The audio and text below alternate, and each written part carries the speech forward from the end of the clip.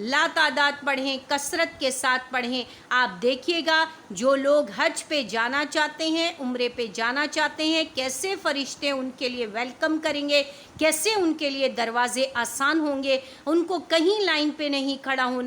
ہونا پڑے گا، چاہے وہ جدہ ایئرپورٹ پہ اترنے سے لے کے اپنے گھر واپس پاکستان آنے تک ان کے لیے اتنی آسانیاں ہوں گی، اتنی آسانیاں ہوں گی، اتنا وی آئی پی پروٹوکول ہوگا کہ وہ حیران اور ششدر رہ جائیں گے کہ ہم کیا، مطلب اتنے وی آئی پی ہیں، ہم کیا ہیں، کیا ہماری حیثیت کیا ہے، ہم تو سوچ بھی نہیں سکتے تھے کہ ہمارے لیے اتنی آسانیاں ہوں گی۔ اور آپ یہ بات تجربے سے ثابت ہے، یہ بزرگان دین کا، اکابرین کا اور شیوخ کا مجرب ترین عمل ہے۔ آپ اس پر عمل کر کے دیکھیں، اللہ تعالیٰ آپ کے لیے بہت بہت آسانیاں کرے گا اس کلمے کی برکت سے اور اس 2 رکعت نماز کی برکت سے۔ لیکن اخلاص اس میں شرط ہے، اور جو طریقہ میں نے بتایا اس طریقے کے مطابق سمپل نیت کر رہی ہیں 2 رکعت نماز نفل اشراق، آپ کو روزانہ ایک مقبول حج اور عمرے کا ثواب ملے گا، پلس یہ کہ آپ کے لیے وہاں جانے کے لیے بہت آسانیاں ہوں گی۔ دوسری صورت کیا ہے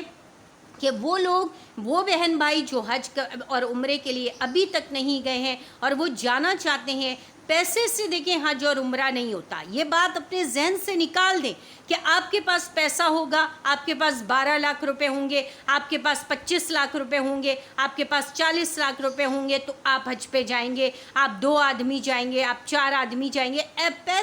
اللہ کو پیسے کی ضرورت نہیں ہے، اللہ تو پیسہ دینے والے ہیں، اللہ کیوں آپ کو کوئی اس مشقت میں ڈالیں گے؟ اللہ تو آپ کے جذبے کو دیکھتے ہیں، اللہ تو آپ کی نیت کو دیکھتے ہیں، اللہ تو آپ کے شوق کو دیکھتے ہیں۔ اگر آپ کا جذبہ ہے، آپ کی نیت ہے، آپ کا شوق ہے، آپ جانا چاہتے ہیں تو آپ نے بھی یہی 2 کام کرنے ہیں۔ کون سے 2 کام؟ اشراق کی نماز کی پابندی اور تلبیہ کی پابندی۔ کثرت کے ساتھ پڑھیے، شوق کے ساتھ پڑھیے، جذبے کے ساتھ پڑھیے، اتنا وجد کے ساتھ پڑھیے، اتنا محو ہو کر کے پڑھیے، اتنی محبت اور عقیدت کے ساتھ پڑھیے کہ آسمان سے فیصلے اترنا شروع ہو جائیں اور فرشتے آپ کے کام کرنا شروع کر دیں، اور آپ کا پاسپورٹ بن جائے، آپ کا ویزا بن جائے، آپ کے پیسوں کا انتظام ہو جائے، اور آپ ایسے آنن فانن جائیں گے اور وہاں جا کے بھی آپ ایسے ہاتھوں ہاتھ ہوں گے، آپ کے کاموں میں، آپ کی چیزوں میں اتنی آسانیاں ہوں گی، نہ آپ کو کہیں لائنوں میں لگنا پڑے گا، نہ آپ کو واش روموں میں لائنوں میں لگنا پڑے گا،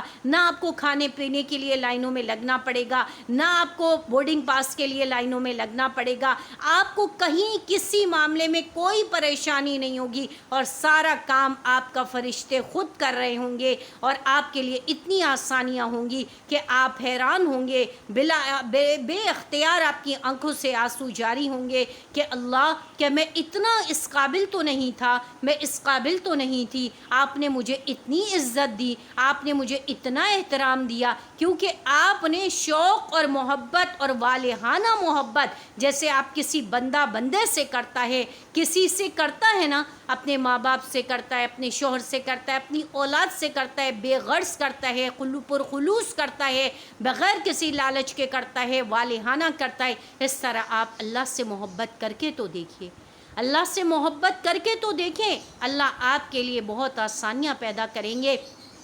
اور آپ میری یہ بات مان لیں، اور آپ یہ جو غیر حاجی ہیں، جو غیر عمرہ والے ہیں، جنہوں نے ابھی تک حج اور عمرہ نہیں کیا، ان کو سعادت نصیب نہیں ہوئی ہے، وہ بھی یہ کام کریں، اور جو حاجی حضرات ہیں، جو حج پہ جا رہے ہیں، جو عمرے پہ جانا چاہتے ہیں، اب وہ بھی یہ کام شروع کر دیں، جیسے ہی حج ختم ہوگا فوراً عمرہ زائرین کا جانا شروع ہو جائے گا، تو دیکھیے گا آپ کے کیسے اللہ تعالیٰ آپ کے لیے آسانیوں کے فیصلے کرتے ہیں، اور کیسے آپ کو جو ہے اٹھاتے ہیں، اور کیسے آپ سے آپ کی محبت کا کیسے جواب دیتے ہیں۔ آزمائش شرط ہے، کمنٹ کے ذریعے ضرور بتائیے گا۔ اللہ تعالیٰ ہم سب کے لیے آسانیاں پیدا کرنے والا بنائے، آمین ثم آمین۔ السلام علیکم ورحمۃ اللہ وبرکاتہ۔